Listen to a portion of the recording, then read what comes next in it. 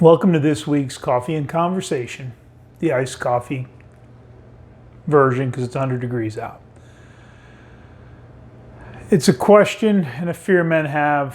Her request for a separation, isn't that just a stepping stone to divorce? Doesn't it increase the likelihood of divorce? And the statistics seem really clear on this, but there's a lot of nuance. So 87% of separations end in divorce. But the nuance here is problems leading up to divorce, the number of states and jurisdiction that require a separation before they will grant a divorce, and then the number of people who are separating who have no intention of working on their marriage. So you were never going to be able to fix it. When you factor those in, instead of having 13% of the couples turning that around, I have no studies to back this, I think it's going to take that number up by about a factor of 2 to about 25%. There's a lot of nuances. There's a lot of things we as men do wrong when this happens that can shoot ourselves in the foot. If you're facing this and you would like to have a conversation, my email will be below in the notes for this video, or send me a direct message on whatever format you're seeing this and let's talk. I also do know of many couples who have separated who've ended up having incredibly strong relationships and are back together. Couple of things. It's really weird, but if you have too short of a separation, like weeks as opposed to, say, 6 months, it can negatively impact you. Some studies have shown that you need to have a healing separation. There need to be some structure to the separation, not from a controlling standpoint, but you can't work on a marriage if one partner's out screwing around, okay? In women under the age of 44 that are separated, 51% get divorced after a year, 76% get divorced after 3 years, and 84% get divorced after 5 years. I think once you get much past 2 years, you're lying to yourself if you think you're going to turn the marriage around, unless there's been some movement and she started turning towards you.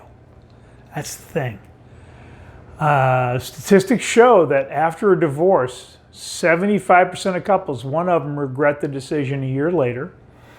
And they've done studies where they've had couples who wanted to divorce and didn't, and 5 years later, they reported they were happy. So there's a lot of hope there in those numbers if you both work on yourself. Now, here's the key.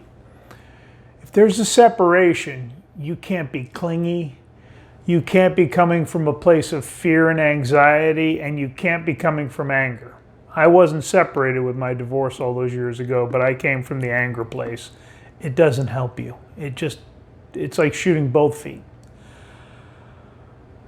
This is a time for a little bit of space and a time for you both to work on yourselves individually. Do not run to marriage counseling. Once you've worked on yourselves, because really, you're also trying to figure out, do you want to stay married to her? She's hurting, she's confused. If you respond with love, kindness, and empathy instead of anger, fear, and anxiety, you're going to have better results. If you have kids together, you're going to have contact, so there's a lot of hope there. So when you look at transitioning from separation to divorce, the averages are 9 to 19 months for women and 7 to 18 months for men. After 1 year, the probability of divorce, one study has shown during separation, is 59% for men, 44% for women. And I've talked to a number of women who separated or divorced, and they said, and they've told me, if my husband would have just done a little bit of work or made some improvements. So love yourself enough to work on yourself, to get some coaching, to get some counseling during the separation. If you both heal some and improve some, then you can reconnect and see what you can do to make this marriage work. You might be surprised. Again, when you come from kindness, love, and empathy, you're going to at least see and hear your partner a little bit better. And if you've got kids, you're going to co-parent with them the rest of your life. So you want to do the best that you can to make it work. And you know me, I don't believe in staying married for the kids. That's bullshit. But you owe it, both of you owe it to yourselves, if you love each other, to see if you can make it work. All right, guys, have a great week.